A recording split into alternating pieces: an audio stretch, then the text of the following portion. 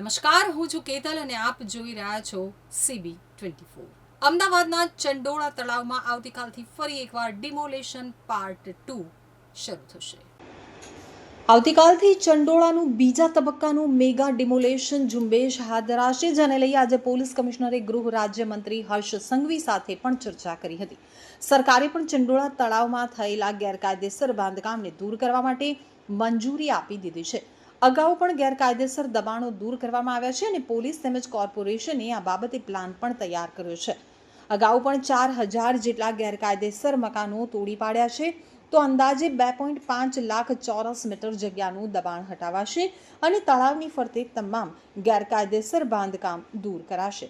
અગાઉ ચંડોળામાં 4000 ગેરકાયદેસર મકાન તોડ્યા હતા। મનપા કર્મચારીઓ અને ખાનગી એજન્સીના માણસો સાથે સર્વે કરવામાં આવશે અને સર્વે થયા બાદ આગામી સમયમાં દિવાલ ચણવા અંગે નિર્ણય કરવામાં આવશે, જેમાં હાલમાં 1.5 લાખ ચોરસ મીટર જગ્યા ખાલી કરાઈ છે। હજી પણ આશરે 50,000 ચોરસ મીટર જગ્યા ઉપર દબાણ યથાવત છે, જેને આગામી દિવસમાં હટાવવાની કામગીરી હાથ ધરાશે।